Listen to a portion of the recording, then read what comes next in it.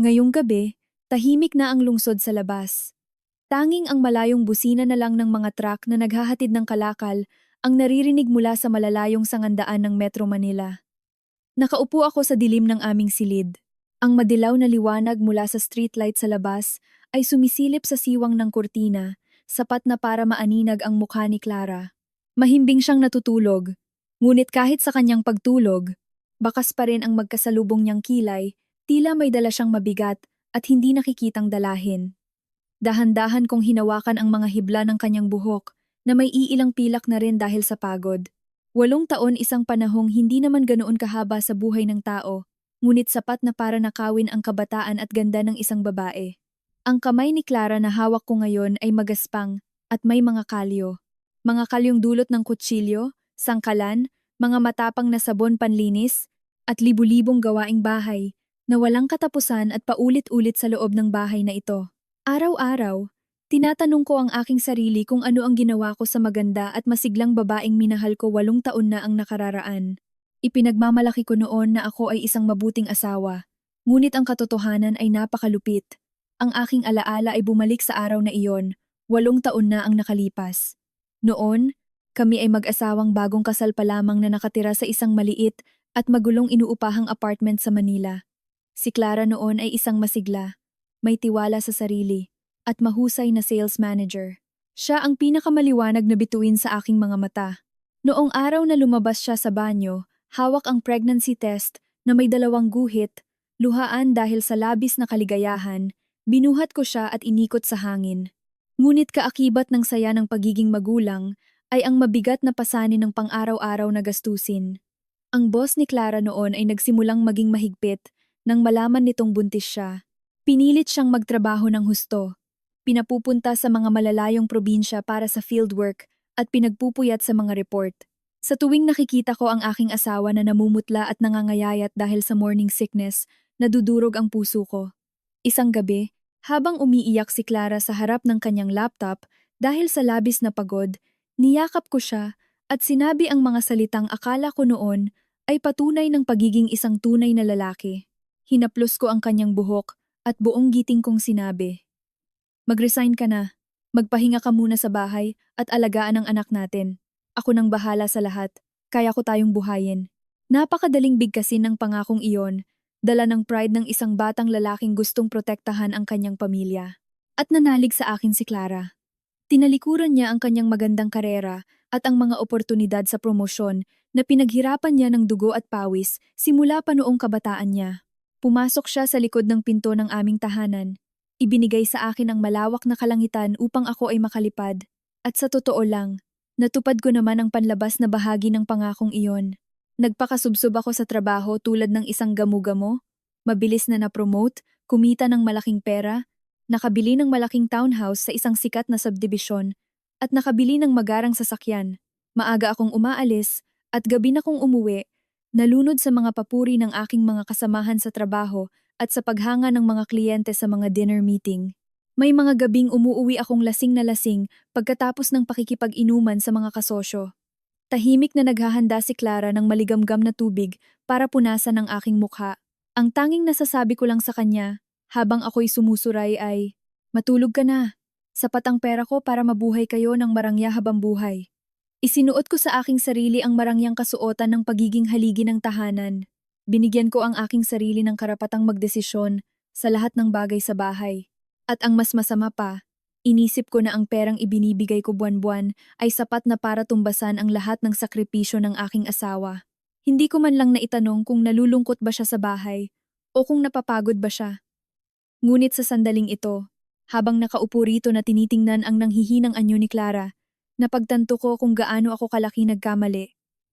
Ano ba talaga ang dakilang mundong ipinangako ko sa kanya? 4 na sulok lamang pala ito ng masikip na kusina.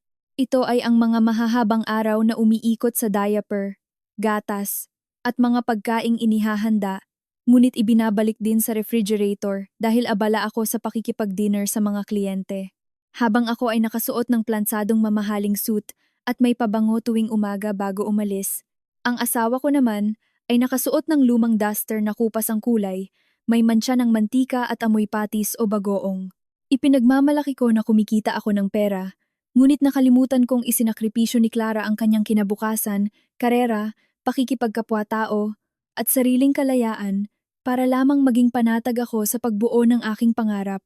Ang kanyang mga dating kasamahan sa trabaho ay mga manager at director na ngayon, may sariling kotse at mamahaling bag, habang ang aking asawa ay nagbibilang ng barya sa palengke. Ang pagsisisi ay unti-unting lumamon sa aking isipan tulad ng isang huling hatol.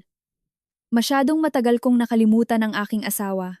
Hinayaan ko siyang malanta sa mismong bahay na ipinangako kong gagawin kong pugad ng kaligayahan. Ang mga kalyo sa kanyang kamay, ang mga nalalagas na buhok sa unan, ang mga pigil na buntong hininga sa gabi, lahat ng ito ay patunay ng aking matinding kawalan ng pakialam sa nakalipas na 8 taon. Ang aking kapabayaan ay nagbigay daan sa mas malalaking trahedya na unti-unting sumakal sa kanyang buhay. Utang ko kay Clara ang isang malaking paumanhin, isang pambabawi na kahit sa buong buhay ko ay mahihirapan akong bayaran. Ang aming kasal ay dinala ko sa bingit ng bangin, at ako ang pangunahing dahilan. Kung hindi ko ito babaguhin, alam kong tuluyan ko nang maiwawala ang babaeng nag-alay ng kanyang kabataan para sa pamilyang ito. Ang trahedya sa aming pamilya ay hindi nagsimula sa pagtataksil o kahirapan, kundi sa isang desisyong nagmula sa aking pagiging mabuting anak. Nang mag-3 taon ang aming anak na si Joy, naging napakahigpit ng aking schedule sa trabaho dahil sa aking promosyon bilang regional sales manager. Madalas akong umalis para sa mga business trip sa iba't ibang rehiyon sa Luzon at Visayas, kung minsan ay umaabot ng 1 linggo. Si Clara lang ang mag-isang nag-aasikaso ng gawaing bahay at nag-aalaga kay Joy, kaya naman dinalaw siya ng matinding pagod. Maraming beses na sa tuwing tumatawag ako, naririnig ko ang pagod sa kanyang boses habang umiiyak ang aming anak sa kanyang tabi. Naawa ako sa aking asawa, kaya naisip kong sunduin ang aking nanay mula sa aming probinsya sa Pangasinan para tumira kasama namin. Inisip ko na kapag narito si nanay, para tumulong sa pagluluto at pag-aalaga kay Joy, magkakaroon ng oras si Clara para magpahinga, magpasalon, o sumali sa mga aktibidad para mawala ang kanyang pagkabagot. Nagmaneho ako pauwi sa probinsya. Tinulungan si nanay na mag-impake ng kanyang mga gamit at masaya siyang dinala sa Maynila. Hindi ko alam na ang sandaling huminto ang aking sasakyan sa tapat ng aming bahay ay ang sandali ring binuksan ko ang pinto ng impyerno para sa aking butihing asawa. Si nanay ay isang tradisyonal na babae mula sa probinsya na may lumang kaisipan. Buong buhay niya ay nagtrabaho siya sa bukid, kaya sanay siya sa kaisipan na ang babae ay dapat magtrabaho ng husto sa labas para kumita ng pera at sabay na magsilbi sa asawa at mga anak nang walang reklamo. Nang pumasok siya sa aming marangyang bahay at makitang walang trabaho ang kanyang manugang at nakatira lang sa bahay, agad siyang nagkaroon ng maling akala na si Clara ay isang pabigat at walang ambag. Nagsimula ang kanyang pagmamasid sa maliliit na bagay sa araw-araw. Ginamit ni nanay ang kanyang edad para kontrolin ang badyet sa pamamalengke ni Clara.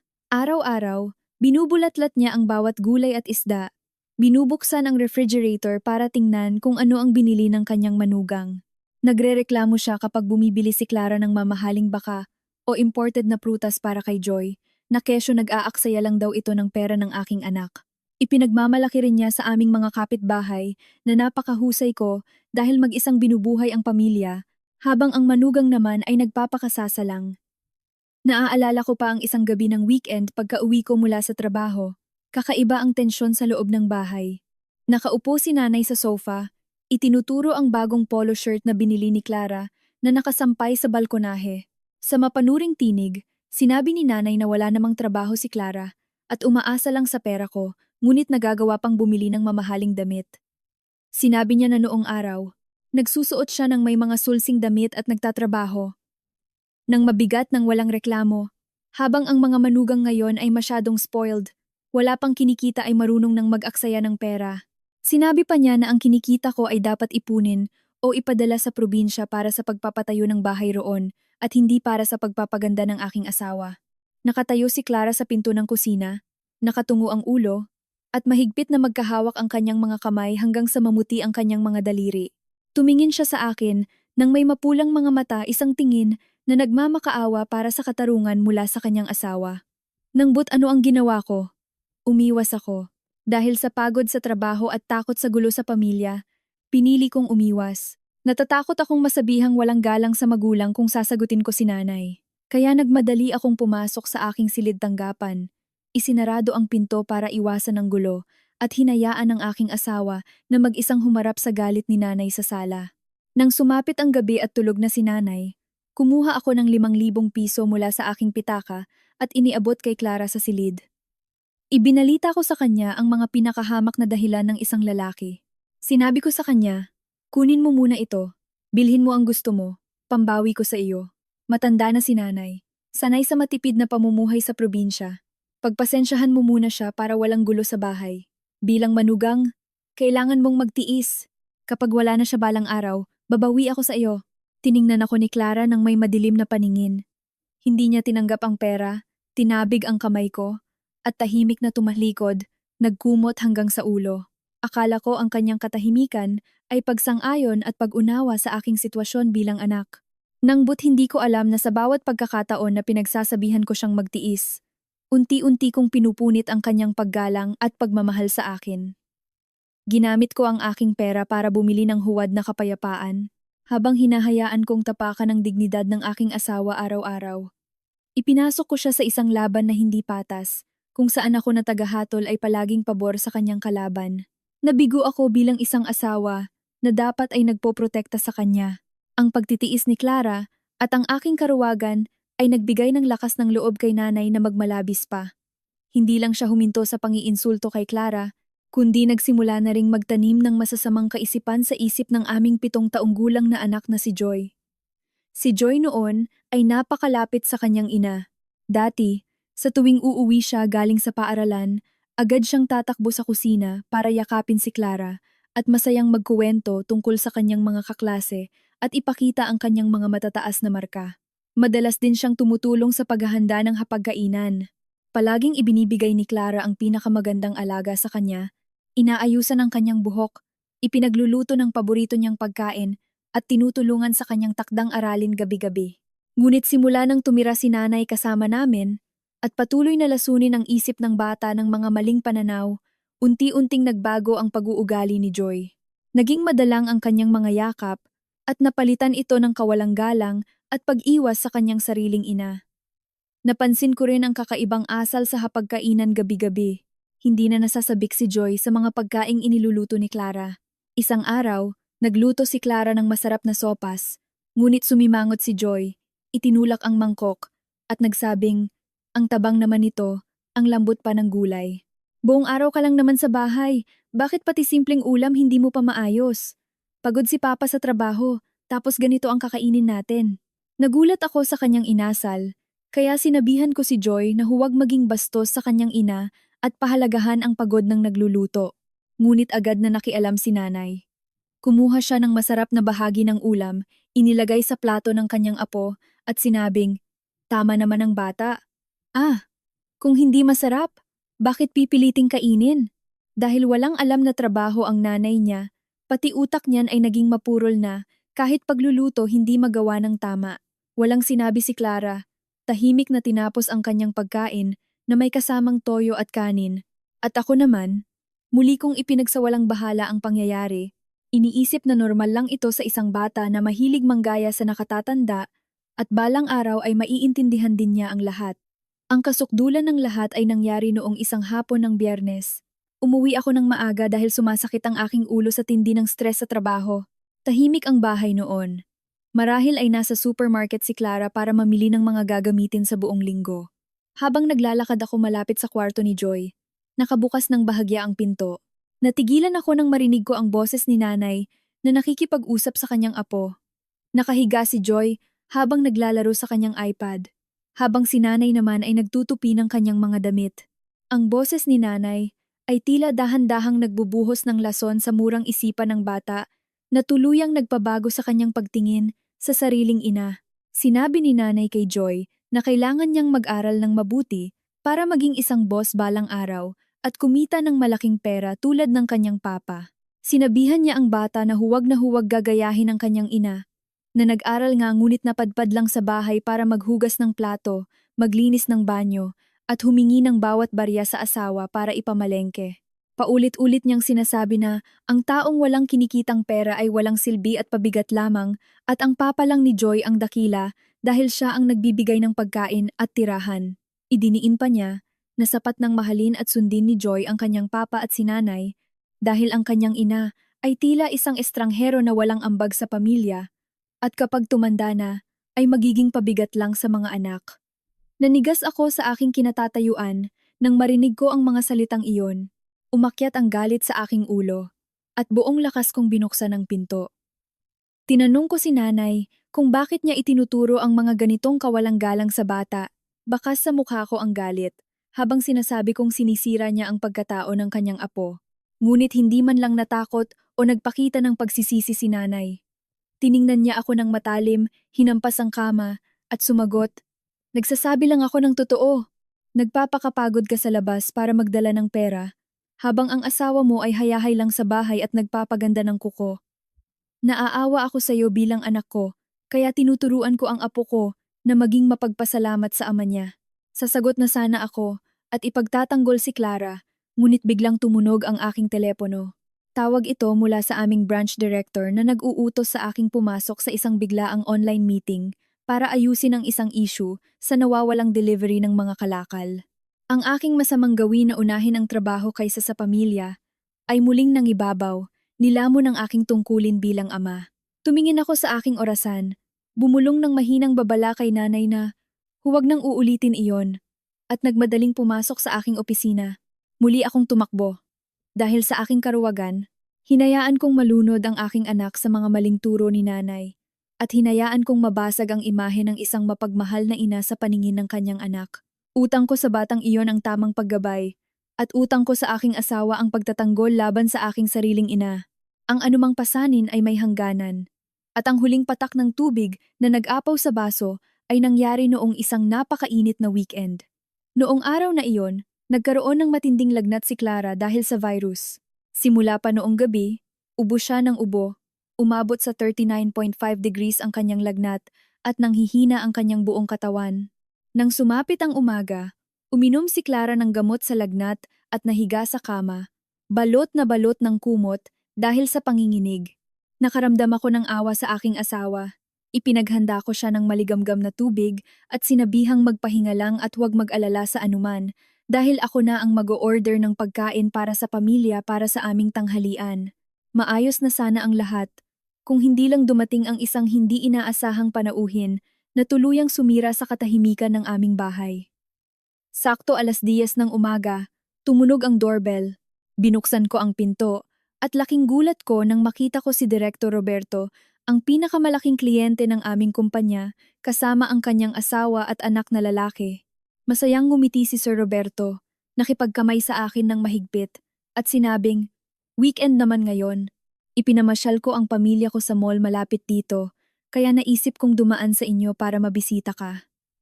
Ang relasyon ko kay Direktor Roberto ay napakahalaga para sa inaasam kong posisyon bilang Assistant Branch Manager. Ang asawa naman ni Direktor Roberto ay kilala bilang isang napakapormal at mapanuring babae pagdating sa pakikipagkapwa. Agad ko silang pinatuloy sa loob ng bahay. Naghanda ng pinakamasarap na tsaa at naghain ng mga imported na prutas mula sa refrigerator. Habang masaya silang nag-uusap sa sala, pumasok ako sa kusina para mag-order ng pagkain mula sa isang sikat na seafood restaurant malapit sa amin para sa isang marangyang tanghalian. Ngunit bago ko pa man mapindot ang confirm sa order na nagkakahalaga ng ilang libong piso, biglang pumasok si nanay sa kusina. Hinila niya ang aking braso at pabulong na nagalit sa akin. Sinahin niya na may mahalagang bisita kami ngunit bibili lang ako ng handang pagkain sa labas, na tila ba ay hindi natin pinapahalagahan ang mga bisita. Sinabi niya na ang pagkain sa labas ay puno ng kemikal, marumi ang pagkakagawa, at baka sumakit pa ang tiyan ng mga bisita. Pinilit niya akong pumasok sa kwarto at gisingin si Clara para magluto ng isang disenteng tanghalian upang ipakita ang kasipagan ng aking manugang. Sinabi niya na makakatulong din ito para maging kahanga-hanga ako sa mata ng aking boss na nagpapakita ng isang maayos na pamilya na may masunurin at mahusay na asawa na nagsisilbi sa bahay. Sinubukan kong ipaliwanag na may mataas na lagnat si Clara at hindi kayang tumayo sa kusina para magluto. Ngunit sumimangot si nanay ng may paghamak. Sinabi niya na ang mga babae ngayon ay kaunting sakit lang ay nag-iinarte na sa asawa. Lagnat lang naman at hindi mamamatay. Binalaan niya ako na kung makikita ng bisita na hayahay ang asawa ko sa kwarto at hindi makapagluto ng pagkain para sa kanila, pagtatawanan kami ng mga tao. Sinabi pa niya na, lalo na ang asawa ni Direktor Roberto, kapag nakita niyang in-order lang ang pagkain, iisipin niyang pabaya tayo sa pamilya at hindi marunong gumalang sa bisita. Natamaan ang aking huwad na garbo bilang lalaki. Nag-atubili akong tumingin sa sala, nakita ko ang asawa ni Sir Roberto na pinagmamasdan ang kaayusan ng aming bahay. Ang takot na mapahiya sa harap ng aking boss ay tuluyang lumamon sa pagmamahal ko sa aking may sakit na asawa. Nagngit-ngit ang aking ngipin habang pumasok ako sa kwarto. Nakahiga si Clara, maputla ang mukha at basang-basa ng pawis ang kanyang noo. Naupo ako sa gilid ng kama, dahan-dahang yumanig sa kanyang balikat. Sinabi ko ang mga pinakawalang pusong salita na maaaring sabihin ng isang asawa. Humingi ako ng paumanhin. Sinabing may bigla ang mahalagang bisita at ayaw ni nanay na mag-order ng pagkain sa labas.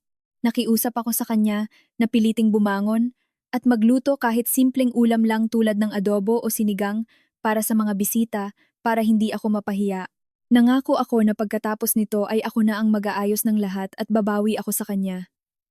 Dahan-dahang idinilat ni Clara ang kanyang mga mata. Bagamat nanghihina dahil sa lagnat, ang kanyang tingin ay napakalamig. Walang reklamo, walang luha, at hindi niya ako sinumbatan sa aking kalupitan. Tahimik lang siyang tumango, dahan-dahang tinanggal ang kumot, at pilit na tumayo. Humakbang siya ng may panghihina papasok sa kusina. Itinali ang kanyang buhok, isunuot ang kanyang apron, at nagsimulang magtrabaho sa mainit na kusina. Nakatayo akong nakatitig sa kanyang payat na likod, habang nag-aayos ng mga gulay at karne, at nakaramdam ako ng kaunting konsensya. Ngunit ang aking pagiging makasarili at pagnanais na magpasikat sa aking boss ay agad na pumatay sa damdaming iyon. Bumalik ako sa sala, nagbuhos ng tsaa, at masayang nakipag-usap sa mga bisita, habang hinahayaan kong makipaglaban ang aking asawa sa lagnat at pagod sa loob ng masikip na kusina. Ang aking pagnanais na magmukhang magaling sa harap ng aking boss ay naging dahilan upang maging isang walang pusong tao sa sarili kong tahanan. Ang tanghaliang iyon ay naging perpekto para sa aking garbo. Patuloy na kumakain si Direktor Roberto at pinupuri ang luto ni Clara. Ang kanyang asawa naman ay nagsabing napakaswerte ko dahil mayroon akong asawa na napakahusay magluto na tila ba sa isang mamahaling restaurant kami kumakain. Naupo ako bilang haligi ng tahanan, nagbuhos ng inumin para sa mga bisita at mayabang na ngumiti. Ninamnam ko ang mga papuring iyon nang hindi man lang pinapansin ng aking asawa na tahimik na nakaupo sa gilid. Maputla ang mukha ni Clara, paminsan-minsang umuubo, at umiiwas ng tingin para hindi makaabala sa pagkain ng iba. Halos hindi siya kumain. Pilit lang siyang naupo roon para pagsilbihan ang mga bisita, magdala ng sausawan, at gampanan ang papel ng isang mabuting asawa para sa aking sining. Halos 2:00 na ng hapon nang umalis ang pamilya ni Direktor Roberto. Pagkasara ng pinto at pag-alis ng sasakyan, agad na bumalik ang aming bahay sa magulong katotohanan. Ang hapagkainan ay tila isang larangan ng digmaan, nagkalat ang mga plato na may mantika, mga buto ng manok, at mga natapon na inumin sa sapin ng lamesa. Si nanay naman ay nagdahilan na sumasakit ang kanyang likod at agad na pumasok sa kanyang kwarto para matulog na tila ba tapos na ang kanyang tungkulin. Si Joy naman ay kinuha ang kanyang iPad at naupo sa sofa para maglaro. Tinanggal ko ang aking kurbata, inayos ng kaunti ang mga basyong lata ng inumin, at pumasok sa aking kwarto para magbasa ng mga email sa trabaho. Iniisip na mamaya na lang ako tutulong sa aking asawa sa paghuhugas ng plato kapag natapos ko ang aking trabaho. Ngunit hindi ko ginawa iyon. Nawili ako sa pagtugon sa mga email ng mga dayuhang kliyente, nalunod sa mga numero ng kita, at nakalimutan ang lahat sa labas. Ang tunog ng agos ng tubig sa kusina ay tumagal ng halos 1 oras bago ito tuluyang tumahimik. Tumayo ako para kumuha ng tubig para sa aking tuyong lalamunan. Paglabas ko, tumambad sa aming sala ang eksena ni Clara na nakahiga sa sofa. Nakabaluktot ang kanyang katawan. Nakasubsob ang kanyang mukha sa unan at nanginginig ang kanyang buong katawan dahil muling bumalik ang kanyang matinding lagnat pagkatapos gamitin ang huling lakas para linisin ang magulong hapagkainan na iniwan ng aking mga bisita. Nakaayos na ang mga plato, malinis na ang lamesa, Ngunit ang taong gumawa ng lahat ng ito ay kasalukuyang lupaypay. Lalapitan ko na sana siya para dalhin sa kwarto, nang biglang bumukas ang pinto ng kwarto ni nanay. Lumabas siya at naglakad sa sala. Tiningnan niya si Clara na nakahiga sa sofa, at gumawa ng malakas na tunog ng paghamak. Sa halip na tanungin ang kalagayan ng kanyang manugang, lumingon siya kay Joy, na naglalaro sa malapit. Inutusan niya si Joy, nagisingin ang kanyang ina, para linisin ang banyo at walisin ang sahig dahil nadumihan ng mga bisita. Sinabi pa niya ng malakas na ang mga babaeng walang gawa sa bahay ay mabilis mapagod kahit kaunting trabaho lang ang ginawa. Ang mga sumunod na pangyayari ay tila isang mabagal na pelikula na nakaukit sa aking isipan habang buhay. Si Joy, ang aking 7 taong gulang na anak, ay ibinaba ang kanyang iPad. Naglakad siya ng walang pakialam patungo sa sofa. Buong lakas niyang tinapik ang balikat ng kanyang ina na kasalukuyang nilalagnat. Ang kanyang tinig ay matalim at galit na sumigaw sa tahimik na bahay, na tila bumasag sa aking pandinig. Sumigaw siya, "Mama, gumising ka nga! Buong araw ka lang namang pabigat kay Papa dito sa bahay tapos nagpapakatamad ka pa. Maghugas ka ng mukha at maglampaso ng sahig. Huwag kang magkunwaring may sakit para lang kaawaan ka." Napako ako sa aking kinatatayuan sa may pinto ng aking opisina. Nanigas ang aking buong katawan na tila tinamaan ng kidlat. Hindi ko mapaniwalaan ang aking narinig. Hindi ko makapaniwalaan na ang 7 taong gulang na bata na dinala ng aking asawa sa kanyang sinapupunan, puyat na inalagaan gabi-gabi noong may sakit, ay kayang gayahin ang bawat salita ng kawalang galang, kalupitan, at kasamaan para sabihin sa kanyang sariling ina. Dahan-dahang inangat ni Clara ang kanyang ulo mula sa unan. Maputla ang kanyang mukha na tila walang natirang dugo. Hindi niya sinigawan si Joy, hindi niya sinaktan ang bata para turuan ng leksyon, at hindi RJN siya lumuha dahil sa sakit. Tiningnan niya si Joy ng may blankong paningin. Pagkatapos ay lumingon siya sa pinto ng aking opisina kung saan ako nakatayo ng tulala. Ang tingin na iyon ay tumama sa akin walang galit, walang sumbat, walang paghingi ng tulong, kundi isang malamig na kawalan ng pakiramdam. Isang blankong tingin na nagpapatunay na ang lahat ng pagmamahal, pagtitiis, at huling pag-asa niya para sa pamilyang ito ay tuluyan ng naging abo. Sa sandaling iyon, napagtanto ko na ang aking karuwagan, kawalan ng pakialam, at pagiging makasarili ang mismong sumira sa babaeng pinakamahal ko at naging dahilan upang maging isang walang pusong replika ng aking ina, ang aking sariling anak. Ang lahat ng aking karangalan sa labas ay biglang nawalan ng halaga sa harap ng ganitong matinding pagbagsak ng aking pamilya. Ang katahimikan ay bumalot sa malawak na sala, isang katahimikang nakakasakal at nakakatakot. Dahan-dahang tinabig ni Clara ang kamay ng kanyang anak sa kanyang balikat. Tumayo siya ng pasuray-suray na tila bababagsak anumang sandali, ngunit ang kanyang tingin ay napakatatag at puno ng determinasyon. Walang anumang sumbat o iyak, nilagpasan niya si nanay, si Joy, at maging ako para pumunta ng diretso sa kwarto. Ang tunog ng pagbubukas ng cabinet ng damit ay bumasag sa katahimikan. Ilang sandali pa, nakita ko si Clara na hila-hila ang isang malaking maleta papunta sa gitna ng kwarto. Nagsimula siyang kumuha ng kanyang mga damit at ilagay ang mga ito sa loob. Nanginginig ang kanyang mga kamay dahil sa lagnat na hindi pa nawawala, ngunit ang bawat galaw niya sa pagtupi ng damit ay napakabilis at determinado. Nang makita ito ni nanay sa sala, agad siyang lumapit sa pinto ng kwarto. Nakapamaywang ang kanyang mga kamay, nanlilisik ang mga mata, at buong hamon na nagsalita. Sinabi niya kay Clara na, kung gusto nitong mag-inarte, malaya siyang umalis dala ang kanyang maleta, at tingnan natin kung gaano siya katagal bago bumalik ng nakaluhod para humingi ng tawad. Sinabi pa niya, nang malakas na ang bahay na ito ay binili gamit ang dugo at pawis ng aking anak. Kapag lumabas ka sa pintong iyan, wala kang makukuhang kahit isang barya mula rito. Masaya pa niyang idinagdag na ang aking anak ay guwapo at matagumpay. Napakaraming batang babae na mas maganda, matalino, at masunurin ang handang magpakamatay para sa kanya. At kapag umalis si Clara, ay ikakasal ako sa mas mabuting babae ng 100 beses. Sumigaw pa siya sa akin na ilock ang pinto at huwag hayaang magdala si Clara ng anumang gamit dahil wala naman siyang kinikitang pera kaya wala siyang karapatang kumuha ng anuman sa bahay na ito. Nakatayo si Joy sa likod ni nanay. Nanlalaki ang mga mata habang pinagmamasdan ang kanyang ina na nag-iimpake, ngunit hindi man lang siya nagsalita para pigilan ang kanyang ina. Ang kawalan ng pakialam ng bata ay tila nagbuhos ng gasolina sa naglalagablab na apoy sa aking dibdib. Ang galit na aking kinimkim sa loob ng maraming taon, ang pagsisisi sa aking sarili, at ang matinding lungkot, lahat ng ito ay nagsama-sama upang basagin ang aking duwag na pagkatao. Tumakbo ako patungo sa lamesa, kinuha ang isang basong salamin, at buong lakas kong ibinato sa sahig. Ang tunog ng nabasag na salamin ay umalingaw-ngaw sa buong bahay.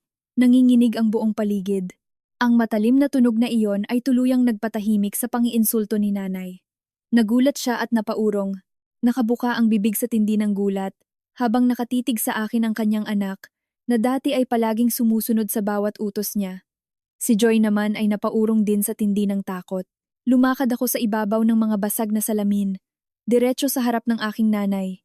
Tiningnan ko siya ng matalim. Mahigpit na nakakuyom ang aking mga kamay para pigilan ang aking sarili sa pagnanais na manira ng mga bagay sa paligid. Sinabi ko sa kanya ng may mababang boses ngunit puno ng awtoridad, "Nanay, tumahimik ka na ngayon din." Itinuro ko si Clara na tahimik na nakatuyong nakatitig sa tabi ng kanyang maleta at buong giting kong sinabi na siya ang aking asawa, ang tanging babaeng pinakasalan ko sa aking buhay. Idiniin ko na siya ang nagsakripisyo ng kanyang kabataan at kinabukasan para ipanganak ang aking anak at alagaan ang pamilyang ito sa loob ng 8 taon para marating ko ang kinalalagyan ko ngayon. Sumigaw ako kay nanay kung anong karapatan niya para bastusin ang asawa ng kanyang anak. Lumingon ako sa aking 7 taong gulang na anak. Itinuro ko si Joy at buong lakas na pinagalitan ng bata. Tinanong ko siya kung saan niya natutunan ang ganoong kabastusan. Natapikin ang balikat ng kanyang ina at utusan itong magtrabaho habang may sakit at nakahiga sa kama. Sumigaw ako, "Sino ang nagturo sa iyo na maging walang utang na loob at hamakin ang mismong taong nagluwal sa iyo sa mundong ito?" Nagsimula nang umiyak si nanay, hinahampas ang kanyang dibdib, at sumisigaw na nagdala ako ng malas sa bahay dahil nagpalaki siya ng isang anak na walang galang sa magulang na dahil sa isang ibang babae ay nagawa pang sigawan ang sariling ina at anak. Pinunasan niya ang kanyang luha at binalaan ako na mag-iimpake siya ng gamit para bumalik sa probinsya ngayon din para ibalik ang bahay sa amin para makita natin kung paano ako mamuhay kapag nalaman ng mga tao na pinalayas ko ang aking ina. Ngunit sa pagkakataong ito, ang drama ni nanay ay tuluyang nawalan ng epekto. Hindi ko siya pinagbigyan, hindi ko siya nilapitan para amuin, at hindi rin ako humingi ng paumanhin para sa huwad na kapayapaan tulad ng dati. Tumayo ako ng tuwid sa pinto ng kwarto para protektahan ang espasyo ng aking asawa. Malamig kong sinabi kay nanay at sa aking anak, "Mula ngayon, sino man sa bahay na ito ang hindi rerespeto kay Clara at hindi kikilalanin siya bilang reyna ng tahanang ito, agad siyang lalabas ng bahay na ito." Mas mabuti nang masabihan akong walang galang sa magulang o maging isang diktador na ama kaysa hayaang tapakan ang dignidad ng aking asawa kahit isang segundo pa. Matapos ibuhos ang aking galit kay nanay at sa aking anak para ibalik ang kaayusan, lumingon ako at pumasok sa kwarto. Nakatayo pa rin doon si Clara sa tabi ng kanyang saradong maleta. Hindi siya nagpakita ng gulat o pasasalamat sa aking huling pagtatanggol. Ang kanyang tingin ay nanatiling tahimik, na tila ba isang tuyong lawa, na wala ng anumang emosyon. Ang katahimikang iyon ay mas nakakatakot kaysa sa aryang sumbat o sampal. Lumapit ako. Binalak kong yakapin ang kanyang payat na balikat na nanginginig sa lagnat para humingi ng kaunting init, ngunit dahan-dahang lumihis si Clara ng isang hakbang na naglikha ng isang hindi nakikita ngunit matatag na pader sa pagitan namin. Sinabi niya sa akin ng may mababang boses na basag, "Dahil sa sakit, hindi mo na kailangang magpanggap na bayani na nagliligtas sa akin. Masyado nang huli ang lahat. Pagod na ako sa bahay na ito. Pagod na akong maging isang katulong na walang sweldo, at pagod na akong makarinig ng masasakit na salita mula sa iyong ina at makaranas ng paghamak mula sa sarili kong anak na pinalaki ko." Tumingin siya ng diretso sa aking mga mata at sinabing ang pinakamasakit na bahagi ay ang mamuhay kasama ang isang asawa na palaging pinipiling manahimik para sa sariling kapayapaan. Hinila ni Clara ang kanyang jacket at determinadong sinabi, "Kailangan ko nang umalis dito ngayon din. Kailangan ko ng espasyo para huminga, para pag-isipan ang mga nakaraang araw ng pagiging asawa at ina na puno ng paghamak." Hindi siya humingi ng diborsyo agad, ngunit ang determinasyon sa kanyang mga mata ay nagpakita na hindi na mababago ang kanyang desisyon na umalis, at walang sinuman ang may karapatang humadlang sa kanya. Napako ako sa aking kinatatayuan Nadudurog ang aking puso. Gusto ko siyang pigilan. Gusto kong lumuhod para humingi ng tawad. Gusto kong magmakaawa na bigyan ako ng pagkakataon na bumawi sa lahat ng aking pagkakamali. Nangbut nang makita ko ang kanyang maputlang mukha, ang nangingitim niyang mata, at ang kanyang nanghihinang katawan. Napagtanto ko na wala akong karapatang pilitin pa siya. Ang pilitin siyang manatili sa magulong bahay na ito ay magiging patunay lamang ng aking matinding pagiging makasarili. Ang sugat na idinulot ko at ng aking pamilya ay masyadong malalim para maghilom lamang sa pamamagitan ng simpleng paumanhin o pansamantalang galit. Huminga ako ng malalim para pigilan ang luha sa aking lalamunan. Tumingin ako ng diretso sa mga mata ni Clara at buong tapat na nagsalita. Alam kong naging masama akong asawa. Naging napakawalang pakialam ko at duwag nang iwasan ko ang aking tungkulin bilang asawa at ama, kaya hinayaan kitang mag-isang magpasakit sa lahat ng ito. Sumasang-ayon ako na umalis ka muna at mamuhay ng mag-isa sa ngayon. Sige na, umalis ka muna. Maghanap ka ng tahimik na lugar para magpahinga. Alagaan ang sarili mo hanggang sa gumaling ka. Lahat ng gulo sa bahay na ito, mula kay nanay hanggang sa ating anak, ako na ang bahala rito at uumpisahan kong ayusin mula sa simula. Nangangako akong lilinisin ko ang lahat ng kaguluhang ito bago kita sunduin para umuwi. Pagkasabi niyon, dinukot ko ang aking pitaka mula sa aking bulsa. Kinuha ko ang aking bank card, ang card kung saan nakatabi ang lahat ng aking ipon at buwan ng sweldo. Lumapit ako at maingat na inilagay ang card sa kamay ni Clara. Sinabi ko sa kanya na ang password nito ay ang kanyang kaarawan. Gamitin mo ang perang ito para umupa ng pinakamagandang kondo, kumain ng pinakamasarap na pagkain, bumili ng magagandang damit, at huwag na huwag mo nang papabayaan ang sarili mo. Walang halaga ang pera kung wala ka rito. Karapat-dapat kang pahalagahan. At ang card na ito ay maliit na patunay na ipinagkakatiwala ko sa iyo ang lahat ng mayrokong ako. Tiningnan ni Clara ang card sa kanyang kamay. Nag-atubili ng ilang sandali. Hindi niya ito tinanggihan at hindi rin siya nagpasalamat. Inilagay niya ang card sa kanyang bag at gamit ang isang kamay ay hila-hila ang kanyang maleta papunta sa pinto. Nang makita ni nanay na papaalis na si Clara, balak pa sana nitong magsalita ng masama, ngunit nang makita ang aking matalim na tingin, agad siyang tumahimik at napakagatlabi. Si Joy naman ay nagtago sa kanyang kwarto at hindi nangahas na lumabas. Bumukas ang pinto at sumara, na lumikha ng isang malakas na tunog. Ang payat na anyo ng aking asawa ay tuluyang nawala sa likod ng pinto, dala ang kaluluwa ng bahay na ito. Nakatayo ako sa gitna ng magulong sala, nakatitig sa mga basag na salamin sa sahig, nararamdaman ang matinding lungkot at pagsisisi na unti-unting lumalamon sa aking katawan. Alam kong ang laban para makuha muli ang aking asawa ay kasisimula pa lamang. Sa unang gabi na wala si Clara, ang malawak na bahay ay nalunod sa nakakatakot na katahimikan. Hindi ako nakatulog buong gabi sa aking opisina.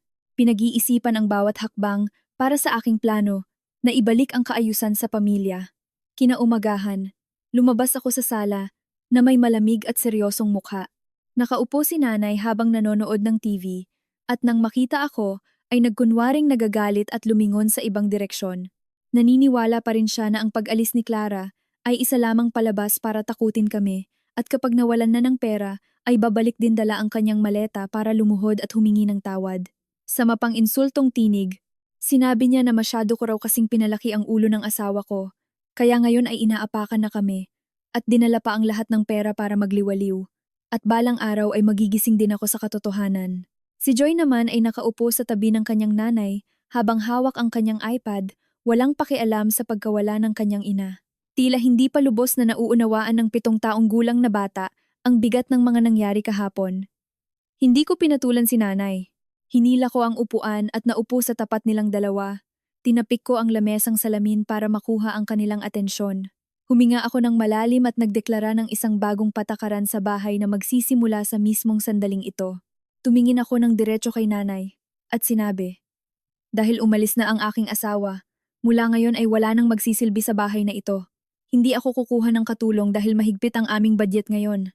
Ihihinto ko na rin ang pagbibigay ng iyong buwanang allowance.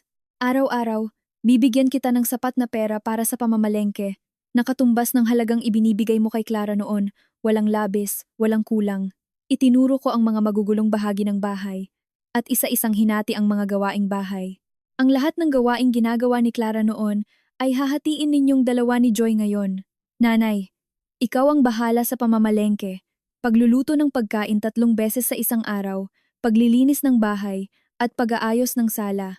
Si Joy naman ay kailangang maglaba ng kanyang sariling uniforme, maghugas ng kanyang sariling plato pagkatapos kumain, at mag-ayos ng kanyang sariling kwarto. Ako naman ay magtatrabaho para kumita ng pera para sa pamilya. Hindi ko hahawakan ng anumang gawaing bahay. Kung madumi ang bahay, walang nakahugas na plato, at walang malinis na damit, kayong dalawa ang mananagot sa isa't isa. Kung walang pagkain sa lamesa, kakain ako sa labas sa masasarap na restaurant, habang kayong dalawa ay magtiis sa pagkain ng instant noodles. Nang marinig ito ni nanay, agad siyang tumayo. Hinampas niya ang kanyang hita at pinagalitan ako na wala akong galang sa magulang dahil pinagtatrabaho ko ang aking matandang ina bilang isang katulong. Nagdahilan siya na sumasakit ang kanyang likod, tuhod, at mga kasukasuan para iwasan ang trabaho. Tumingin ako sa kanya ng may seryosong mukha at ipinaalala sa kanya ang mismong mga salita na ginamit niya laban kay Clara. Sinabi ko, "Dati-rati, sinabi mo na ang gawaing bahay ay napakadaling bagay lamang. Ang babaeng nakatira lang sa bahay ay hayahay, masaya, at nagpapakatamad lang. Ngayon, subukan mo mismong maranasan kung talagang napakadali ng gawaing bahay tulad ng iniisip mo. Hindi kita tutulungan sa anuman. Kailangan mong gawin ito para maunawaan mo ang hirap na dinanas ng aking asawa sa loob ng 8 taon sa halip na magsalita ka ng masama laban sa kanya." Pagkatapos, ay lumingon ako kay Joy. Nang makita ng bata ang seryosong sitwasyon, binalak niyang tumakbo sa kanyang kwarto. Agad ko siyang tinawag. Iniunat ko ang aking kamay at hiningi ang kanyang iPad. Nanlaki ang mga mata ni Joy. Itinago ang iPad sa kanyang likod at umiiyak na humingi ng tulong kay nanay. Nang hindi lumambot ang aking puso, lumapit ako at buong determinasyong kinuha ang iPad mula sa kanyang kamay. Sinabi ko sa kanya na bawal siyang maglaro o manood ng TV hanggang hindi niya natatapos ang lahat ng kanyang gawaing bahay.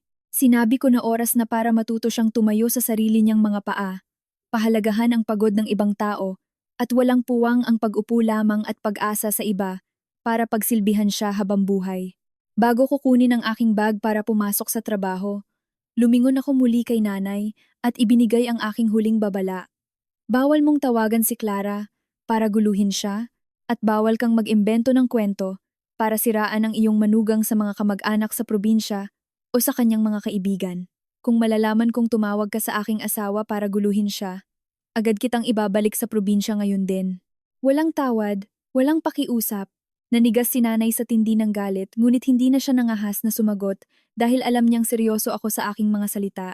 Nagsimula na ang bagong patakaran at hahayaan kong maranasan nilang dalawa ang hirap na kanilang idinulot sa aking asawa.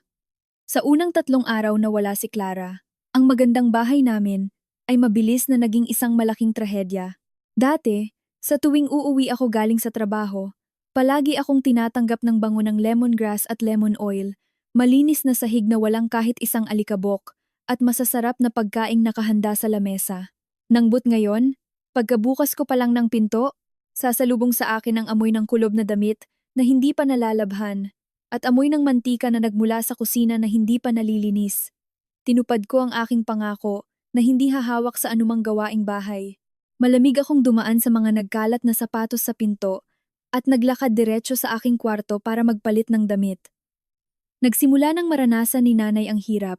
Maagang maaga pa lang ay kailangan na niyang maglakad bitbit ang basket para mamalengke. Pagka-uwi niya, kailangan niyang mag-ayos ng gulay, maghiwa ng karne, at magluto sa mainit na kusina. Dahil hindi siya sanay gumamit ng mga modernong kagamitan tulad ng air fryer o induction cooker, nasunog niya ang ilang ulam at ang mantika ay tumalsik sa buong kusina. Nangbut pinunasan lang niya ito ng madalian, kaya naman naging napakarumi at malagkit ng buong paligid. Nang sumapit ang hapon, kinuha niya ang mop para maglampaso ng sahig sa sala at kwarto. Kalahati pa lang ng bahay ang kanyang nalilinis, binitawan na niya ang hawakan ng mop sa sahig. Hawak ang kanyang sumasakit na likod at nagsimulang dumaing sa tindi ng sakit. Tinawagan niya ako para magreklamo at hilingin na dalhin ko siya sa ospital para magpatingin sa doktor. Nangbut dinalpasan ko lang ito at sinabing maglagay na lang siya ng salonpas o efficacent oil at magpahinga. Napakadali naman ng gawaing bahay. Paano ka magkakasakit sa ganyang kadaling bagay? At si Joy naman, ang aking munting prinsesa na sanay na palaging inaalagaan ng kanyang ina, ay humarap sa malupit na katotohanan. Pagkauwi niya galing sa paaralan, gutom na gutom siya, ngunit ang nakahain lang sa lamesa ay napakaalat na pritong itlog at kulubot na sinigang na gulay na niluto ng kanyang nanay. Sa gabi, ayon sa aking utos, kailangang dalhin ni Joy ang kanyang uniporme na puno ng pawis at dumi sa banyo para labhan gamit ang kanyang kamay. Ang 7 taong gulang na bata ay naghugas ng damit gamit ang sabon at ang bula nito ay tumalsik sa kanyang mata, kaya naman naging napakahapdi nito. Dahil kailangan niyang kuskusin ng malakas ang dumi sa leeg at braso ng uniporme, ang kanyang maliliit na kamay ay mabilis na namula at nagkaroon ng maliliit na paltos na napakahapdi. Naupo si Joy sa sahig ng banyo at umiyak ng napakalakas. Tumakbo siya sa sala, ipinakita ang kanyang namumulang kamay sa akin, luhaan ang mga mata, at nakiusap na labhan ko muna ang kanyang damit. Naupo ako sa sofa, hawak ang dyaryo, at malamig na tiningnan ang kanyang kamay. Hindi ko siya inalo, at hindi ko rin nilagyan ng gamot ang kanyang kamay tulad ng dati. Itinupi ko ang dyaryo, at sinabi ng may seryoso, ngunit matalim na boses. Bakit ka umiiyak? Isang uniforme pa lang ang nilalabhan mo, pero nagrereklamo ka na agad. Ang mama mo ay naglalaba, nagluluto, at naglinis ng bahay na ito sa loob ng 8 taon. Ang kanyang kamay ay magaspang at may mga kalyo. May narinig ka ba kahit isang reklamo mula sa kanya? Hindi mo man lang siya kinaawaan, tapos ngayon ay nakisali ka pa kay nanay para sabihan siyang tamad. Bumalik ka sa banyo at tapusin mo ang paglalaba ng iyong uniforme, pigaan mo ito at isampay bago ka matulog. Umiyak at humihikbi na pumasok si Joy sa banyo. Bakas sa kanyang likod ang matinding pagsisisi. Ang hapunan ay naging parusa para sa kanila. Kumakain ako sa labas bago umuwi, o bumibili ng masarap na steak para kainin sa loob ng aking opisina. Paglabas ko ng kusina, nakikita ko silang dalawa na pilit na kinakain ang mga hindi masarap na pagkaing niluto ni nanay. Hindi malunok ni nanay ang kanyang maalat na karne. Hinampas ang kanyang kutsara sa lamesa. At nagreklamo na ang bahay na ito ay naging parang kulungan. Lumapit ako para kumuha ng tubig at malamig na sinabi kay nanay. 5 araw pa lang ang lumilipas. Ang ginagawa ninyo ni Joy ay hindi pa umaabot sa sangkapat ng gawaing ginagawa ni Clara araw-araw. Ang leksyon ay kasisimula pa lamang. Hahayaan ko kayong maranasan ang tulo ng pawis sa sahig para malaman ninyo kung gaano kahirap ang mabuhay upang matuto kayong gumalang sa pagod at sakripisyo ng ibang tao. Sa 5 araw, ang gulo sa pagitan namin ni nanay ay sumiklab dahil sa pera. Maaga pa lang bago pumasok sa trabaho, nag-iwan ako ng 200 piso, PPP, 200, sa lamesa. Ito ang eksaktong halaga na itinakda ni nanay noon para gamitin ni Clara sa pagluluto para sa 3 matanda at 1 bata araw-araw. Noon, patuloy na sinasabi ni nanay na sapat na ang perang iyon para makabili ng masasarap na ulam kung marunong lang mag-budget ang asawa ko. Ngayon, siya na ang humawak ng perang iyon. Tiningnan ni nanay ang barya nang may yamot ngunit kinuha pa rin ito at lumabas para mamalengke. Halos 10:00 ng umaga nang bumalik si nanay, galit na ibinato ang kanyang basket sa sahig. Sa loob ng basket ay mayroon lamang ilang pirasong lantang kangkong at isang napakanipis na hiwa ng karne na sapat lang para sa isang tao. Sinadya kong mag-half day sa trabaho at naupo sa sala para basahin ang aking libro, naghihintay sa sandaling ito. Lumapit sa akin si nanay, hinampas ang kanyang hita, at nagsimulang sumigaw. Sinabi niya na nababaliw na raw ako. Ano ang mabibili ng 200 piso sa mahal ng bilihin ngayon sa lungsod? Sinabi niya na sa palengke pa lang, ang kangkong ay nagkakahalaga na ng 30 piso, ang karne ay mahigit 100, at ang maliit na isda ay halos 100 na rin. Kapag bumili ako ng gulay at karne, ubos na agad ang pera. Paano pa ako makakabili ng sibuyas, bawang, at prutas para sa apo mo? Sinisi niya ang mataas na presyo ng bilihin. Pinagalitan ako na maramot at kuripot. At tinanong kung gusto ko ba silang magutom sa ganoong kaliit na budget. Sinabi pa niya na pinagtawanan siya ng mga tindera sa palengke dahil sa maliit na budget niya. Ibinaba ko ang aking libro. Pinagsalikop ang aking mga kamay. At malamig na tiningnan si nanay. Hinayaan ko muna siyang ibuhos ang lahat ng kanyang galit bago ako dahan-dahang nagsalita. Nanay, mahal pala ang bilihin ngayon sa palengke. Hindi ba?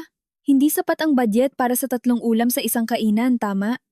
Tumango ng mabilis si nanay. Akala niya ay naintindihan ko na ang kanyang hirap at handa na akong magdagdag ng pera. Nangbut agad ko siyang binuhusan ng malamig na katotohanan. Tumayo ako, lumapit sa walang laman na basket, at lumingon kay nanay. Sinabi ko ng may matigas na boses ang katotohanan na palagi niyang pilit na iniiwasan.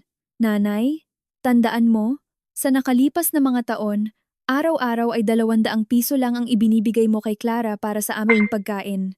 Nangbut araw-araw, ang pagkaing inihahanda ni Clara ay palaging may masarap na sopas, pritong karne, isda, at may kasama pang binalatang prutas para sa inyo ni Joy pagkatapos kumain. Gusto ni Joy ng saging, gusto mo naman ng mangga, at palaging kumpleto ang lamesa. Alam mo ba kung paano nagawa iyon ng aking asawa? Natigilan si nanay, umiwas ng tingin, at pilit na sumagot na baka raw nangungutang si Clara o lihim na humihingi ng pera sa akin. Ngumiti ako ng mapait. Ang pera para sa gastusin sa bahay ay hawak mo lahat noon. Paano magkakaroon ng sariling pera si Clara? Para makapagluto ng ganoong kasasarap na ulam sa maliit na perang ibinibigay mo. Gumigising si Clara ng alas 5 ng umaga araw-araw. Ulan man o init, naglalakad siya o sumasakay ng jeep papunta sa malayong bagsakan ng gulay para makabili ng mas murang paninda. Kailangan niyang magtiis na makipagtawaran sa mga tindera at maranasan ang panghahamak ng ibang tao sa palengke. Hindi siya nag-aalmusal, hindi bumibili ng bagong dimit, tinitipid ang kanyang sarili para lang maging sapat at masarap ang pagkain sa bahay na ito. Isang babaeng nagtiis ng gutom at nagsakripisyo ng lahat para sa kanyang asawa, anak at biyenan, ngunit araw-araw mo siyang pinapagalitan na walang silbi, pabigat at walang alam na trabaho. Pinaratangan mo siyang nag-aaksaya ng pera kapag bumili ng karne. Ngayon, ikaw na mismo ang humawak ng pera. Ikaw na ang namalengke, ikaw na ang nagluto. Nakita mo na ba ang katotohanan? Naintindihan mo na ba kung paano mo pinatay ang kaluluwa ng aking asawa dahil sa iyong kalupitan? Nanigas si nanay, na tila napako sa sahig. Ang aking mga salita ay tumama sa kanyang konsensya at nagpakita ng kanyang kawalang katarungan sa nakalipas na mga taon. Itinuon niya ang kanyang mukha sa sahig. Walang masabing kahit isang salita para sumagot. Ang kanyang nanginginig na mga kamay ay humawak sa kanyang duster. Bakas ang tindi ng kahihiyan sa kanyang mukha. Sa kauna-unahang pagkakataon, nakita kong gumuho ang kanyang tradisyonal na garbo sa harap ng malupit na katotohanan tungkol sa sakripisyo ng manugang na dati niyang hinahamak. Tumalikod ako at pumasok sa aking opisina. Iniwan si nanay na mag-isa sa sala. Dinaranas ang kanyang unang leksyon tungkol sa pagpapahalaga at pasasalamat. Noong gabing iyon, lumamig ng bahagya ang hangin, pinalis ang init ng maghapon. Ipinark ko ang aking sasakyan sa ibaba ng isang marangyang serviced apartment sa lungsod. Hawak ko ang isang supot ng merienda, sweet saba, minatamis na saging, na paboritong kainin ni Clara sa tuwing siya ay nai-stress. Isang linggo na ang nakalipas mula nang umalis siya sa bahay. Hindi ko siya tinatawagan para hindi siya magulo. Tanging pagpapadala lamang ng pera sa card at pagpapatulong sa manager ng building para bantayan siya ang aking ginagawa. Gusto kong bigyan si Clara ng sapat na katahimikan para gumaling ang kanyang katawan at maibalik ang kanyang sigla. Sa harap ng pinto ng Room 502, inayos ko ang aking polo at dahan-dahang kumatok ng 3 beses. Kinakabahan ako, nagnanais na makita ang aking pinakamamahal na asawa. Bumukas ang pinto at lumitaw si Clara na nakasuot ng maayos na dimit pambahay. Medyo namumula na ang kanyang mukha. Wala na ang kanyang lagnat, ngunit bakas pa rin sa kanyang tingin ang kaunting pagod. Nang makita ako, medyo nagulat siya ngunit hindi niya isinarado ang pinto. Humakbang siya pabalik para patuluyin ako. Ang maliit na kwarto ay napakaayos at may amoy ng lavender oil na nakakapagpahinga. Ibinaba ko ang merienda sa lamesa at kusa kong hinila ang upuan para paupuin siya. Nagsimula akong magsalita ng may tapat at seryosong boses. Bumili ako ng paborito mo, kainin mo muna habang mainit pa. Kumusta ang tulog mo rito? Magaling ka na ba talaga? Tumango ng bahagya si Clara. Sumagot siya ng may tahimik na boses na maayos naman ang kanyang tulog. Mas komportable ang kanyang isip dahil hindi na niya kailangang mag-alala sa oras ng pagluluto. Direkta niyang tinanong ako, "Bakit ka na pa rito? Kumusta si nanay at si Joy sa bahay? Magulo ba ang bahay?" Ngumiti ako ng bahagya at mabilis na sumagot para pakalmahin siya. "Huwag kang mag-alala. Kaya ko ang lahat sa bahay. Si Nanay at si Joy ay nag-aaral na ngayon na maging responsable sa kanilang mga ginagawa. Hindi mo na kailangang mag-alala sa kanila. Gusto kong ituon mo ang lahat ng iyong pansin sa iyong sarili. Dinukot ko mula sa aking leather bag ang isang maayos na folder, inilagay sa lamesa, at dahan-dahang itinulak kay Clara. Tiningnan niya rito, bakas ang gulat nang makita ang kanyang pangalan na nakasulat sa pabalat ng isang job application file na may kasamang napaka-propesyonal na resume ng kanyang mga nakaraang karanasan. Seryoso kong ipinaliwanag ang tunay na dahilan ng aking pagparito ngayon. Sinabi ko sa aking asawa, marami akong pinag-isipan sa nakalipas na 8 taon. Utang ko sa iyo ang iyong karera at ang nararapat na paggalang. Alam kong napakahusay mong babae sa larangan ng negosyo noon. Ayaw kong pilitin ka na bumalik sa bahay ngayon para lamang maging katulong muli sa kusina. Gusto kong bumalik ka sa dati mong pagkatao, isang babaeng may tiwala sa sarili at nagniningning. Ipinaliwanag ko pa na puyat kong inayos ang folder na ito, pinagsama-sama ang lahat ng kanyang karanasan at mga tagumpay bago siya nag-resign para magkaanak. Nakipag-ugnayan din ako sa ilang dating kliyente at kasamahan na nakakakilala sa kanyang galing para magrekomenda sa kanya at punan ang 8 taong bakante sa kanyang resume. Naaalala ka pa rin ng mga dating kliyente mo. Napakataas ng pagtingin nila sa iyong husay sa pakikipagnegosasyon. Itinuro ko ang folder at sinabihang buksan ito. Sinabi ko sa kanya na magtiwala sa kanyang sarili para sa darating na interview at gawin ang mga bagay na gusto niyang gawin. Ang malawak na mundo sa labas ang tunay na para sa iyo. At sa likod mo, nangangako akong ako ang magiging matatag na pader para suportahan ka sa lahat. Hinawakan ni Clara ang folder at biglang namula ang kanyang mga mata. Pumatak ang kanyang unang luha mula nang mangyari ang gulo sa bahay. Nang but hindi ito luha ng galit, kundi luha ng matinding emosyon at pasasalamat. Tiningnan siya sa akin at nagtanong, nang may nanginginig na boses, ginagawa mo ba ito dahil naaawa ka sa akin? O dahil gusto mong bumawi sa iyong pagkakamali? Umiling ako ng may determinasyon. Tiningnan ko ng diretso ang aking asawa at sumagot, ginagawa ko ito dahil rinerespeto kita. Dahil napagtanto ko ang tunay na halaga ng babaeng sumama sa akin sa hirap at ginhawa. Gusto kong bumawi sa pamamagitan ng gawa, hindi lang sa salita. Noong gabing iyon, umalis ako nang hindi pinipilit si Clara na umuwi. Tanging pag-iwan lamang ng isang bagong pinto na puno ng pag-asa para sa kanyang kinabukasan. Sa mga sumunod na araw, nagsimulang lumabas si Clara sa kanyang comfort zone. Mula sa aming mga karaniwang kaibigan, nalaman kong ibinalik niya ang kanyang tiwala sa sarili. Bumili ng mga bagong dimit opisina na disente, nagpagupit ng buhok, at nagsimulang mag-makeup ng bahagya. Nag-apply siya para sa posisyon bilang sales team leader sa isang malaking kumpanya ng consumer goods na akma sa kanyang dating karanasan. Noong umaga ng kanyang interview, nakaupo ako sa aking opisina, ngunit ang aking isip ay ganap na nakatuon sa kanya. Lihim kong tinawagan ang HR director doon, na aking dating kaklase noong kolehiyo, para masiguro na titingnan nila ang kakayahan ni Clara sa patas na paraan nang walang masamang pagtingin sa kanyang 8 taong bakante sa trabaho. Noong hapong iyon, tumunog ang aking telepono at nakita ko ang pangalan ni Clara sa screen. Agad ko itong sinagot. Pinilit na panatilihing kalmado ang aking boses. Sa kabilang linya, narinig ko ang masayang boses ni Clara na may kasamang lakas na matagal ko nang hindi naririnig mula sa kanya. Ipinahayag niya na matagumpay niyang naipasa ang interview ng napakahusay. Lubos na hinangaan ng mga boss ang kanyang kaalaman sa merkado at ang kanyang husay sa paglutas ng mga komplikadong sitwasyon.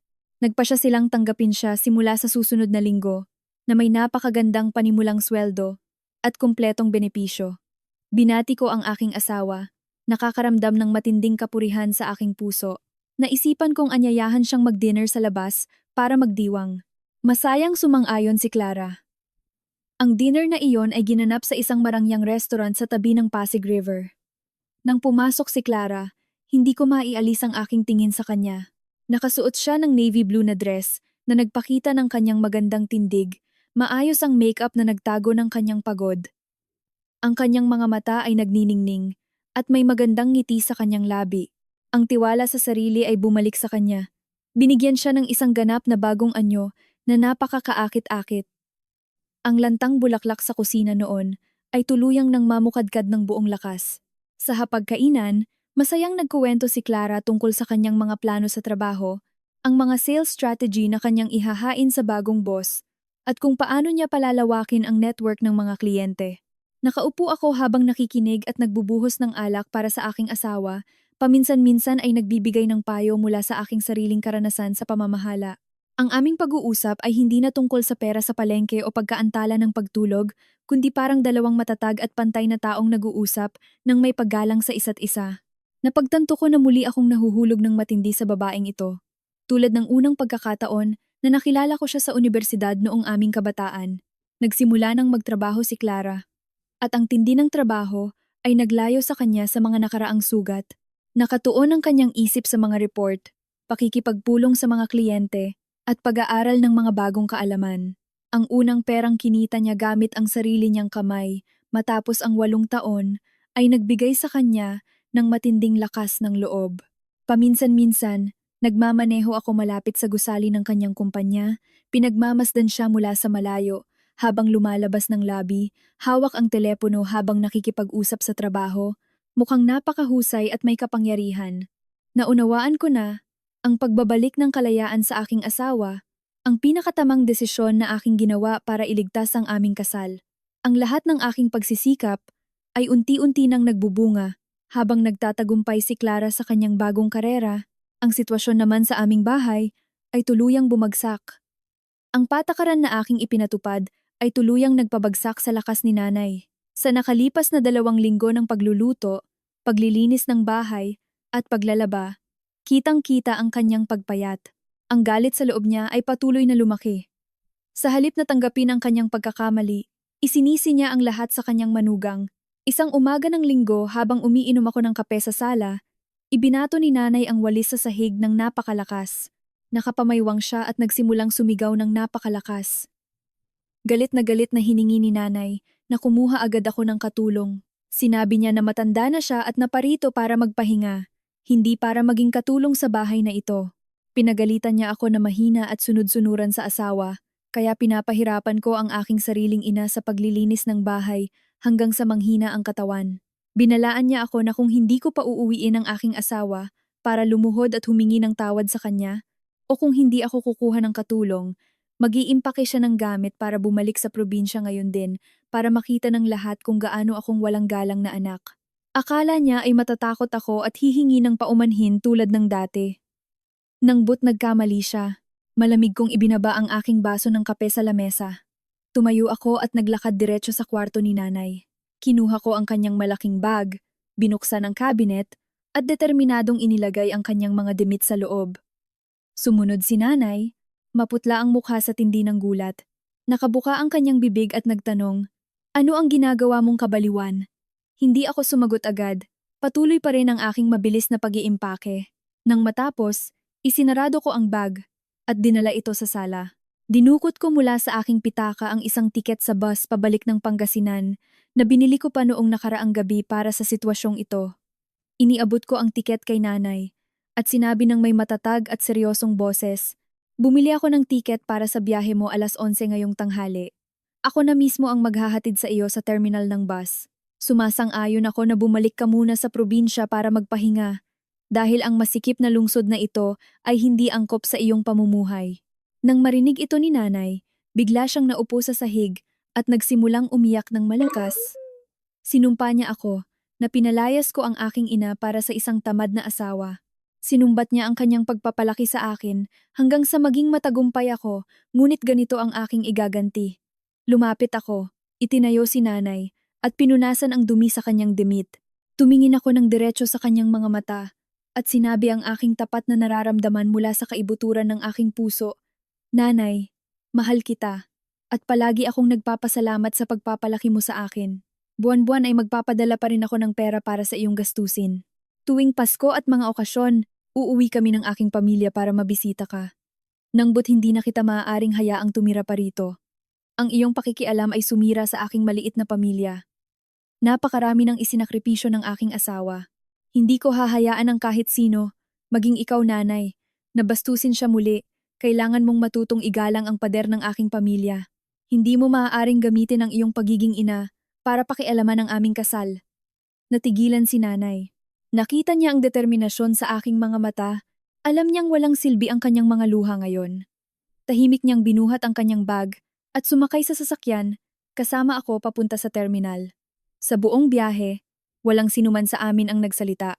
Nang umalis na ang bus, nakita ko ang malungkot at matandang mukha ni nanay sa bintana at nakaramdam din ako ng kaunting sakit sa aking puso. Nang alam kong ito ang tamang desisyon para alisin ang sanhi ng gulo upang iligtas ang natitirang bahagi ng aming buhay. Ang paghihiwalay na ito ay kailangan para maunawaan ni nanay ang leksyon tungkol sa paggalang at para magkaroon ng pagkakataon na maghilom ang aming tahanan. Matapos ayusin ang problema kay nanay, ang sumunod kong layunin ay ang itama ang maling kaisipan ni Joy. Sa nakalipas na 2 linggo, naranasan ng aking 7 taong gulang na anak ang hirap ng paglalaban ng sariling dimit, paglilinis ng kwarto, at paghuhugas ng plato.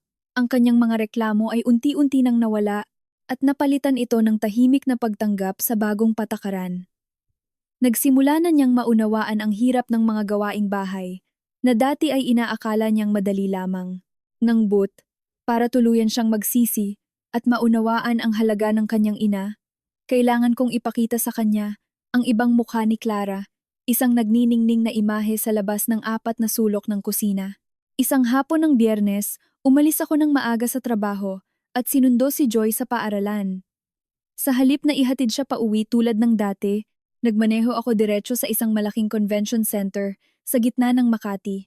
Alam kong ngayon ang araw ng malaking event ng kumpanya ni Clara para sa paglulunsad ng bagong produkto at siya ang pangunahing coordinator na namamahala sa buong organisasyon. Ipinark ko ang aking sasakyan sa isang nakatagong bahagi at dinala si Joy malapit sa glass wall ng gusali. Sinabihan ko ang bata na tumayo rito at tingnang mabuti ang babaeng nakatayo sa gitna ng malawak na bulwagan. Nanlaki ang mga mata ni Joy habang nakatingin sa itinuturo ko. Sa likod ng glass wall, nakita niya ang kanyang ina. Nakasuot si Clara ng puting plansadong suit. Maayos ang pagkakatali ng buhok, napakaganda at may tiwala sa sarili. Hawak niya ang walkie-talkie habang nagbibigay ng direksyon sa mga staff, inaayos ang mga booth, at masayang tinatanggap ang mga VIP guest, pati na rin ang pakikipag-usap sa mahusay na Ingles sa mga dayuhang kliyente. Sa kanyang paligid, ang lahat ng staff ay nagpapakita ng matinding paggalang at sumusunod sa kanyang bawat utos. Ang liwanag ng event ay tila nakatutok sa makapangyarihang anyo ni Clara. Nanlaki ang mga mata ni Joy sa tindi ng gulat at hindi maialis ang kanyang tingin. Hinila niya ang aking polo at nagtanong ng may nanginginig na boses, "Papa, si Mama ba talaga yan? Bakit ngayon ko lang nakita na ganyan kahusay si Mama? Bakit sumusunod ang lahat sa mga utos niya?" Naupo ako, inilagay ang aking mga kamay sa balikat ng aking anak, at nagsalita ng may seryoso ngunit mapagmahal na boses. Ipinaliwanag ko kay Joy, "Ang mama mo ay isang napakatalino at mahusay na babae noon pa man. Isa siyang magaling na leader, kumikita ng maraming pera, at hinahangaan ng maraming tao. Dahil gusto niyang ipanganak ka, alagaan ka at si Papa, pumayag siyang isuko ang lahat ng kanyang kabataan at karera. Idiniin ko ang bawat salita para maitanim sa kanyang isip. Inalis niya ang kanyang magarang suit para magsuot ng lumang duster na may amoy ng pagkain. Isinuko niya ang malalaking kontrata para humawak ng mop at sandok para pagsilbihan tayo. Isinakripisyo niya ang lahat ng kanyang pagkakataon para magningning para lang mapanatiling malinis at maayos ang ating tahanan. Nakisali ka pa kay nanay para sabihan siyang walang silbi, pabigat, at tamad. Isipin mo kung gaano kasakit sa puso ng iyong ina na marinig ang mga salitang iyon mula sa sarili niyang anak na pinakamamahal niya.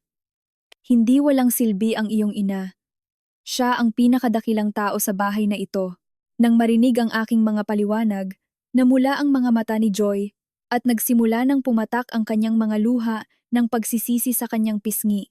Ang 7 taong gulang na bata ay nanatiling tahimik na nakatitig sa kanyang nagniningning na ina sa loob ng bulwagan. Ang matinding pagsisisi ay lumamon sa kanyang puso, tuluyang bumasag sa mga maling turo ni nanay noon. Ang leksyon tungkol sa sakripisyo at pasasalamat ay tuluyang pumasok sa kanyang isip. Pinunasan niya ang kanyang luha, tumingin sa akin nang may determinasyon na ayusin ang kanyang matinding pagkakamali. Ang paglulunsad ng bagong produkto ay naging napakatagumpay, halos 6:00 na ng gabi. Unti-unti nang umalis ang mga bisita. Patay na rin ang ilang ilaw sa bulwagan. Nakatayo si Clara sa pinto, habang nakikipagkamay sa huling mga bisita ng may propesyonal na ngiti. Bakas sa kanyang mukha ang pagod matapos ang mahabang araw, ngunit may masayang ngiti pa rin sa kanyang labi. Pumasok siya sa loob, sinabihan ang mga staff na mag-ayos ng mabuti, kinuha ang kanyang bag, at lumabas papunta sa parking lot para umuwi. Sa sandaling humakbang si Clara pababa ng hagdan, binitawan ni Joy ang aking kamay. Tumakbo ang bata ng buong bilis patawid sa malawak na bakuran. Habang tumatakbo, sumisigaw siya, "Nang malakas, Mama!" Ang tinig na puno ng pananabik at lungkot ay umalingaw-ngaw sa tahimik na hapon. Nagulat si Clara, huminto, at naghanap sa paligid. Nang makita niya ang kanyang munting anak na tumatakbo patungo sa kanya, nabitawan niya ang kanyang mamahaling bag sa sahig. Tumakbo si Joy diretso sa yakap ng kanyang ina. Mahigpit na niyakap ang baywang ni Clara. Umiyak ang bata ng napakalakas. Ang iyak na iyon ay nagpapakita ng lahat ng kanyang pagsisisi sa nakalipas na mga araw. Sinubsob ni Joy ang kanyang ulo sa balikat ng kanyang ina at buong tapat na humingi ng tawad. "Mama, patawad po. Mali po ako. Patawarin mo po ako, Mama. Alam ko na po kung gaano kahusay si Mama. Alam ko na po ang mga sakripisyo mo para sa akin. Nangangako po ako na mula ngayon ay magiging mabuting anak na ako. Tutulong ako kay Papa sa gawaing bahay. At hindi na kita sasagutin. Patawarin mo po ako, Mama. Umuwi ka na po sa amin ni Papa. Napakalungkot po sa bahay kapag wala ka. Miss na miss ko na po kayo, Mama." Ang tapat na paumanhin mula sa kaibuturan ng puso ng 7 taong gulang na anak ay tuluyang bumasag sa huling pader sa puso ni Clara. Sinong ina ang kayang tiisin ang iyak ng kanyang anak? Niyakap ni Clara si Joy ng napakahigpit, na tila natatakot na mawala ang bata. Pumatak ang kanyang mga luha sa maayos na buhok ni Joy. Lahat ng kanyang sakit, galit, at sugat sa nakalipas na panahon ay tila natunaw kasabay ng mainit na luha ng dalawa. Hinaplos niya ang likod ng kanyang anak at bulong na sumagot. "Hindi galit si Mama sa iyo. Miss na miss din kita, anak. Napakabait ng anak ko. Palaging mahal ni Mama si Joy ng walang kapalit." Patuloy na nagyakap at umiyak ang mag-ina sa gitna ng bakuran, walang pakialam sa tingin ng mga dumadaan. Ang dakilang pagmamahal ng ina ay muling nagdugtong sa malalim na sugat ng nakaraan. Dahan-dahan akong lumapit sa kanila. Nang makita ko ang eksenang iyon, nakaramdam din ako ng init sa aking mga mata. Yumuko ako para pulutin ang bag ni Clara, at dahan-dahang pinunasan ang dumi rito. Nang tumingin sa akin si Clara, luhaan pa rin ang kanyang mga mata ngunit wala na ang malamig na pag-iwas tulad ng araw ng kanyang pag-alis. Ngumiti ako ng bahagya at masayang nagsalita. "Inayos ko na ang lahat sa bahay, bumalik na si nanay sa probinsya para magpahinga. Kami ni Joy ay naglinis ng bahay ng napakaayos. Ang bahay natin ngayon ay naghihintay na lamang sa pagbabalik ng kanyang tunay na reyna para mamahala. Umuwi na tayo. Asawa ko." Tiningnan ako ng matagal ni Clara. Pagkatapos ay tumingin sa kanyang anak na mahigpit na nakahawak sa kanyang binti. Tumango siya ng bahagya, isang simpleng tango, ngunit nagpakita ng kanyang pagpapatawad sa aking matitinding pagkakamali. Iniunat ko ang aking kamay para hawakan ang kanyang malambot na kamay habang ang kabilang kamay ko ay si Joy. Kaming tatlo bilang isang pamilya ay sumakay sa sasakyan, iniwan ang mga madidilim at nakakasakal na araw ng nakaraan. Ang sasakyan ay nagmaneho patungo sa aming tahanan, nagbubukas ng isang bagong kabanata na mas maliwanag at masaya sa aming buhay. Huminto ang sasakyan sa tapat ng aming pamilyar na bakuran. Ang madilim na kapaligiran noong mga nakaraang araw ay napalitan ng pananabik at kaba. Nauna akong bumaba, mabilis na binuksan ang pinto para kay Clara, at tinulungan siyang buhatin ang kanyang mabigat na bag na puno ng mga dokumento. Si Joy naman ay mabilis na sumunod. Mahigpit na hawak ang kamay ng kanyang ina na tila natatakot na baka muling mawala ito. Noong buksan ko ang pinto ng bahay gamit ang susi, lumingon ako para tingnan ang reaksyon ni Clara, kinakabahan sa kanyang sasabihin. Humakbang siya sa loob at natigilan ng ilang sandali. Wala nang amoy ng kulob na damit, wala na ring nagkalat na laruan o dumi sa paligid. Ang sahig na kahoy ay napakalinis at makintab. Ang lamesang salamin sa sala ay wala ng mantsa ng kape. Ang tsinelas pambahay ni Clara ay maayos na nakalagay sa tabi ng pinto. Huminga ako ng malalim at medyo nahihiyang nagkuwento tungkol sa aming pagod. Buong weekend kaming naglinis ni Joy sa bawat sulok ng bahay, mula sa kusina hasta sa sala. Alam kong hindi ito kasing linis ng gawa mo. May ilang alikabok pa marahil na natira, Ngunit nangangako akong masasanay din ako balang araw. Ngumiti ng bahagya si Clara, bakas ang init sa kanyang mga mata. Pumasok siya sa kusina at muling nagulat. Sa ibabaw ng hapagkainan ay may nakahandang mainit na pagkain na natatakpan ng maayos. Mabilis ako pumasok sa kusina, kumuha ng kanin at hinila ang upuan para paupuin ang aking asawa. Ang pagkain ay binubuo ng nilagang karne, sopas na may gulay, at isang plato ng pritong itlog. Kamot ulong nahihiyang umamin ako. Nanood lang ako ng tutorial sa YouTube kung paano magluto. Medyo malambot ang karne dahil sa sobrang lakas ng apoy, at ang itlog naman ay medyo tabingi ang anyo. Kainin mo muna habang mainit pa para sumigla ka. Kumuha si Clara ng isang pirasong karne. Dahan-dahang nginuya ito. At nagpuri. Napakasarap nito. Sapat lang ang lasa. Ang simpleng pagkaing iyon ay walang mamahaling sahog, ngunit ito ang pinakamasarap na pagkaing kinain ng aming pamilya dahil ito ay niluto gamit ang pagmamahal at katapatan. Matapos kumain, nagboluntaryo si Joy na maghugas ng plato. Maingat na dinala ng 7 taong gulang na bata ang mga plato, wala nang bakas ng reklamo o pagod tulad ng dati. Hinila ko ang kamay ni Clara patungo sa refrigerator. Sa pintuan nito, may nakadikit na isang papel na may pamagat na talaan ng gawaing bahay. Nakasulat doon ang lahat ng gawain mula sa paglalaba, pagluluto, paglilinis ng banyo, hanggang sa pagmop ng sahig. Ang pangalan ni Clara ay nakatabi lamang sa pag-aayos ng mga bulaklak at pag-aayos ng sariling cabinet ng dimit.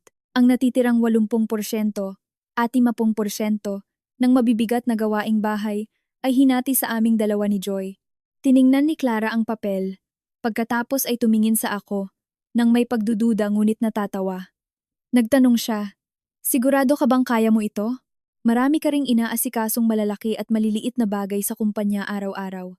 Hinawakan ko ang kanyang balikat at seryosong sumagot. Humingi ako ng paglipat sa administrative department, pumayag akong bumaba ang aking posisyon. Maaaring mabawasan ng kaunti ang aking sweldo, ngunit mas maayos ang aking oras. Hindi ko na kailangang makipag-dinner o uminom kasama ang mga kliyente gabi-gabi. Mula ngayon, pareho tayong nagtatrabaho para kumita ng pera, kaya dapat din nating hatiin ang gawaing bahay ng patas. Ayaw ko nang makita kang gumagawa ng lahat ng bagay hanggang sa manghina ka muli. Sumandal ang ulo ni Clara sa aking balikat. Huminga ng malalim at maluwag. Ang aming tahanan ay tuluyan ng naging pinakamasayang lugar para balikan. Ang aming buhay pamilya ay mabilis na umangkop sa bagong takbo nito. Naging mas abala si Clara sa kanyang tungkulin bilang sales manager. Madalas siyang umuuwi ng gabi na o umaalis para makipagkita sa mga kliyente para sa mga kontrata. Samantalang ako naman, pagkatapos lumipat sa administrative department, natatapos ang aking trabaho sakto 5:00 ng hapon, sinusundo si Joy sa paaralan at agad na sumasabak sa kusina para maging isang mahusay na asawa sa gawaing bahay. Ang unang bahagi ay talagang puno ng mga hamon na nakakatawa na nakakaiyak. Sanay ako sa paghawak ng panulat at pagpirma ng mga papel, kaya nang humawak ako ng kutsilyo para maghiwa ng sibuyas at karne, naging napakaasiwa ko at ilang beses na muntik nang mahiwa ang aking daliri. May isang pagkakataon na binalak kong plansahin ang silk blouse ni Clara para sa kanyang trabaho, ngunit dahil hindi ko alam kung paano ayusin ang temperatura ng plansa, nasunog ko ang malaking bahagi nito na nagdulot ng amoy sunog sa buong bahay. Noong isang araw naman, nagluto ako ng sopas na isda para kay Clara, ngunit nakalimutan kong maglagay ng luya para alisin ang lansa. At dahil naparami ang asin, naging napakaalat nito at hindi makain. Pag-uwi ni Clara sa bahay, nakita niya ang nasunog na damit at ang hindi masarap na pagkain. Inihanda ko na ang aking sarili na mapagalitan, ngunit tumawa lamang siya at sinabing kapag nasira ang damit ay maaari namang bumili ng bago kinabukasan at kapag maalat ang ulam ay lagyan na lang ng mainit na tubig o kainin kasama ang kanin. Hindi niya ako pinagalitan o sinabihang walang silbi tulad ng ginawa ni nanay sa kanya noon.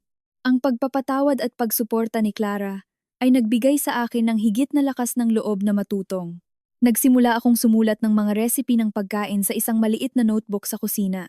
Natutunan ko kung paano ihiwalay ang puting dimit sa may kulay bago ilagay sa washing machine at kung paano gumamit ng panlinis ng banyo nang hindi nasisira ang balat ng kamay. Ang paulit-ulit na gawaing bahay araw-araw ay nagparamdam sa akin ng matinding pagod ng katawan. Paminsan-minsan, Habang sumasakit ang aking likod sa paglilinis ng banyo, naalala ko kung paano mag-isang ginawa ni Clara ang lahat ng ito sa loob ng 8 taon. Ang pag-unawa na nagmula sa sariling karanasan ay tuluyang nag-alis ng aking mayabang at makasariling pag-uugali noon. Sa mga huling araw ng buwan, kailangang mag-uwi ni Clara ng mga dokumento para magtrabaho hanggang gabi para sa kanyang sales report. May mga gabing nakaupo siya sa harap ng computer hanggang hating gabi. Paminlusang hinahawakan ng kanyang leeg at balikat dahil sa tindi ng sakit. Tahimik akong naghahanda ng maligamgam na gatas at inilalagay sa kanyang lamesa, pagkatapos ay pumupunta sa kanyang likod para dahan-dahang hilutin ang kanyang balikat. Tinanggap ni Clara ang aking pag-aalaga at nagreklamo na napakahirap ng sales quota ngayon at patuloy na binabago ng kliyente ang mga tuntunin ng kontrata na nagpapasakit sa kanyang ulo. Hindi ko siya sinabihang mag-resign tulad ng ginawa ko noon. Tahimik akong nakikinig. Nagbibigay ng ilang payo sa pakikipagnegosasyon batay sa aking karanasan sa negosyo noon. Sinabi ko, "Gawin mo lang ang makakaya mo. Kung pagod ka na ay matulog ka ng maaga. Ako na ang bahala sa pagkain ninyong mag-ina. May nag-aasikaso na sa bahay. Huwag mo nang isipin ito." Hinahawakan ni Clara ang aking kamay, ngumiti at nagsabi, "Salamat, asawa ko." Sa sandaling iyon, napagtanto ko na ang pagiging matatag na suporta para sa babaeng pinakamahal mo ay ang pinakadakilang tagumpay ng isang tunay na lalaki. Sa loob ng wala pang 1 taon ng pagbabalik sa trabaho, ang galing ni Clara ay tuluyang sumabog na nagpatunay na tama ang aking desisyon. Dahil sa kanyang katalinuhan sa merkado at husay sa pakikipagkapwa, patuloy siyang nakakakuha ng malalaking kontrata para sa kumpanya. Lubos siyang pinahalagahan ng mga boss. Sa ginanap na taunang party ng kumpanya, pinarangalan si Clara bilang outstanding employee at formal na inilagay bilang regional sales director. Kaakibat ng kanyang bagong posisyon ay ang sweldo at bonus na mas mataas pa kaysa sa kinikita ko ngayon sa administrative department. Tuluyan nang nakuha ni Clara ang kanyang tagumpay, malaya sa pera, at nagniningning ng buong lakas. Noong weekend na iyon, nag-organisa ako ng isang maliit na salo-salo sa bahay, inanyayahan ang ilang matalik na kaibigan. Kasalukuyang nasa business trip si Clara sa ibang probinsya, kaya wala siya sa bahay. Sa gitna ng masayang inuman, nakita ako ng aking mga dating kasamahan sa trabaho, na abala sa pamamalengke at pagluluto ng mga pulutan, kaya nagsimula silang magbiro. Ang kaibigan kong si Joseph ay nagtaas ng baso ng beer, ngumiti ng nakakaloko at nagsabing, "Ang bait mo naman ngayon. Hinayaan mo nang sumikat ang asawa mo. Ngayon na direktor na siya at mas malaki ang sweldo sa iyo, ikaw naman ay naghuhugas ng plato at nagwawalis ng bahay. Nakakahiya naman bilang lalaki." Ang iba naman ay sumang-ayon at nagsabing kapag mas malaki ang kita ng asawa, balang araw ay hahamakin din nito ang lalaki at hindi ka na makakapagtaas ng mukha sa labas. Kung ako ito 8 taon na ang nakalipas, tiyak na sisiklab ang aking galit dahil sa aking garbo bilang lalaki. Namumula siguro ang aking mukha para ipagtanggol ang aking sarili at magagalit sa aking asawa. Nangbut ngayon, matapos dumaan sa malaking gulo at muntik nang mawalan ng pamilya, ang aking isip ay ganap nang nagbago. Pinunasan ko ang aking kamay sa aking apron at naupo sa hapagkainan. Pinuno ko ang aking baso ng beer, nakipag-cheers kay Joseph at malamig na sumagot. Sinabi ko sa aking mga kaibigan, "Masyadong luma at makitid ang inyong pananaw. Kung matalino ang aking asawa at malaki ang kanyang kita, ako ang unang makikinabang dito. Ang aking anak ay may mas magandang buhay at ang aking pamilya ay may mas malaking ipon. Ano ang dapat ikahiya roon? Ipinagmalaki ko pa na ang tunay na lalaki ay ang siyang nagiging matatag na tulay para makalipad ang kanyang asawa at tumutulong sa gawaing bahay kapag kailangan nito, hindi ang gumagamit ng huwad na kapangyarihan bilang asawa para ikulong ang asawa sa kusina para lamang bigyang kasiyahan ang sariling garbo." Sumang-ayon siyang manatili sa likod sa loob ng 8 taon para ako ay sumikat at magtagumpay. Ngayon, oras ko naman para manatili sa likod upang siya naman ang magningning ng buong lakas. Ito ang pinakatapat at patas na bagay sa isang kasal. Matapos marinig ang aking mga tapat na salita, natahimik silang lahat at nagkatinginan. Tiningnan nila ako ng may paghanga mula sa dating pang-ainis. Sa buong inuman pagkatapos niyon, wala nang nangahas na magbiro tungkol sa sweldo o sa aking pagsusuot ng apron para sa gawaing bahay. Naunawaan ko na ang paggalang ng ibang tao sa iyong pamilya ay palaging nagmumula sa kung paano mo pinahahalagahan at pinoprotektahan ang iyong asawa sa harap ng maraming tao. Ang bakasyon ng Pasko noong taong iyon ay tumagal ng 1 linggo. Laban sa aking pangamba tungkol sa nakaraang gulo, si Clara mismo ang kusang nagmungkahi na mag-impake kami ng mga gamit at bumili ng mga regalo para umuwi sa probinsya at magdiwang ng Pasko kasama si nanay. Simula nang bumalik si nanay sa probinsya, madalang na siyang tumawag sa Maynila. Kung tumawag man ay ilang salita lang para kamustahin ang kanyang apo at mabilis na ibababa ang telepono dahil sa kahihiyan. Ang distansya at kahihiyan sa pagitan ng biyenan at manugang ay hindi pa tuluyang nawawala. Naunawaan ito ni Clara at sinabi sa akin, kahit anong mangyari, siya pa rin ang iyong ina na nagluwal sa iyo sa mundong ito. Hindi natin siya pwedeng iwanang mag-isa sa Pasko na may malamig na pagkain sa lamesa. Kailangan nating umuwi para gampanan ng ating tungkulin bilang mga anak. Huminto ang sasakyan sa tapat ng pamilyar na bakuran sa probinsya. Nakita ko si nanay na abala sa pagwawalis ng bakuran at nang makita ang sasakyan ng kanyang anak, ay agad niyang ibinaba ang walis. Bakas ang saya sa kanyang mga mata ngunit nanatili siyang mahiyain na nakatayo sa gilid ng pinto. Nang makita si Clara na bumaba ng sasakyan na nakasuot ng maayos na dimit, natigilan siya, hinahaplos ang kanyang duster, hindi alam kung paano magsisimula. Hindi hinayaan ni Clara na mahirapan si nanay. Lumapit siya ng kusa, ngumiti ng masaya at bumati. Kamusta po, nanay? Maligayang Pasko po sa inyo. Sana po ay palagi kayong malusog. Tumakbo si Joy papunta sa yakap ng kanyang nanay, mahigpit na niyakap ang kanyang leeg, at masayang nagkuwento tungkol sa kanyang paaralan.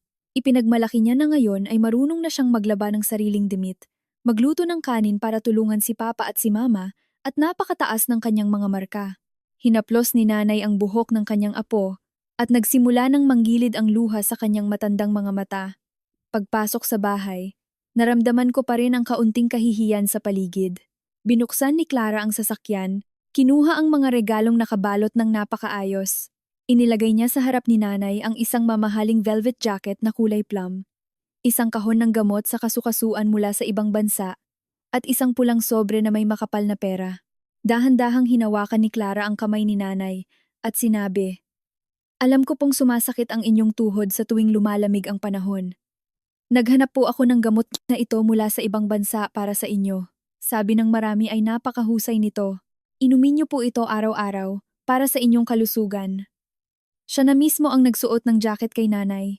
Hinahaplos ang tela at pinuri na napakabagay ng kulay na ito kay nanay. Bukas sa pagsisimba sa Pasko, tiyak na pupurihin ka ng mga kapitbahay.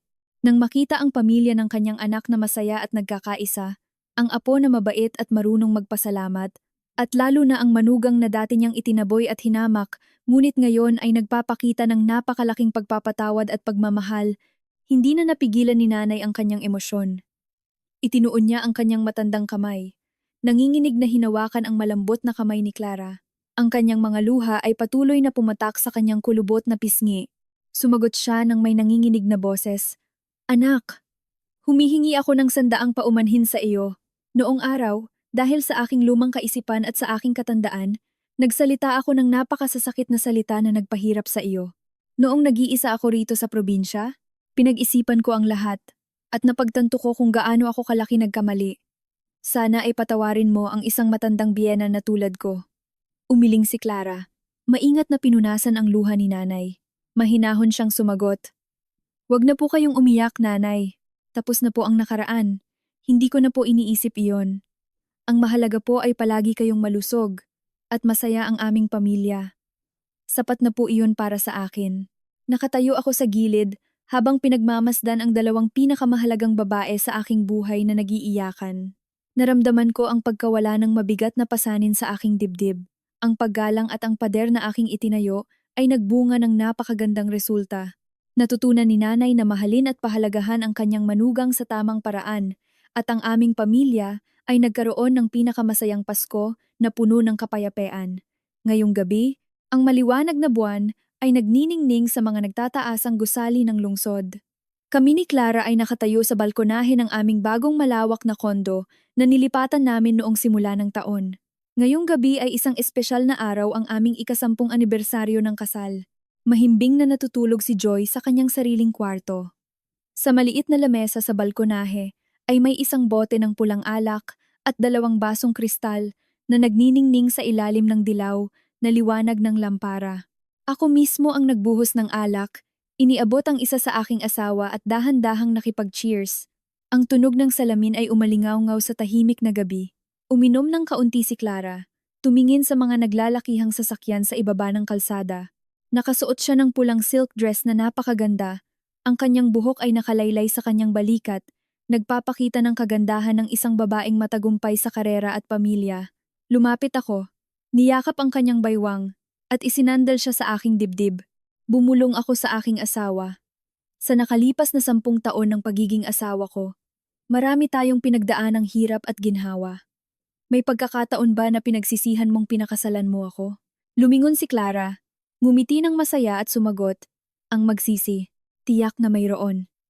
Lalo na noong mga araw na hinayaan mo akong mag-isang lumunod sa gawaing bahay at tiisin ang masasakit na salita ng iyong ina.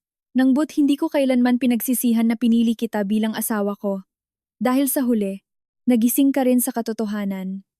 Nangahas kang isuko ang iyong garbo para protektahan ako sa sandaling malapit na akong bumagsak sa tindi ng sakit.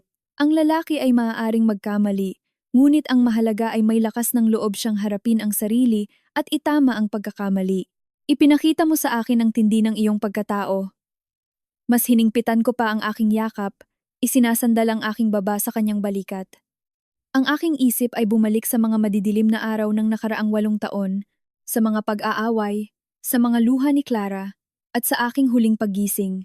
Napagtanto ko ang isang napakasimpleng katotohanan na maraming lalaki sa labas ang patuloy na nagbubulag-bulagan dahil sa kanilang garbo. Ang kaligayahan sa pamilya ay hindi nakasalalay sa kung sino ang mas malaki ang kita sa labas o kung sino ang itinuturing na haligi ng tahanan.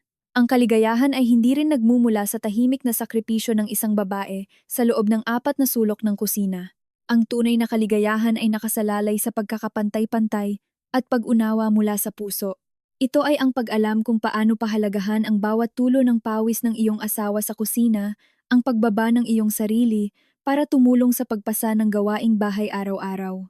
Ito ay ang pagkakaroon ng lakas ng loob na magtayo ng matatag na pader laban sa pamilyang pinagmulan, ang pagtatanggol sa iyong asawa sa harap ng lahat ng bagyo at masasamang turo ng ibang tao. Nang matutunan kong isuko ang aking huwad na garbo bilang isang makasariling lalaki, nabawi ko ang isang tunay na tahanan, isang tahanan kung saan naroroon ang masayang tawa ng aking anak, ang kapayapaan at pag-unawa ng aking matandang ina sa probinsya, at higit sa lahat, ang babaeng pinakamahal ko na malayang nagniningning sa aking tabi. Ang landas sa hinaharap, kahit may mga bagyo pa, alam kong palagi kaming magkasama at magkahawak kamay na haharap sa lahat dahil ang aming paggising kahapon ay lumikha ng isang matatag na pundasyon para sa aming kinabukasan bukas.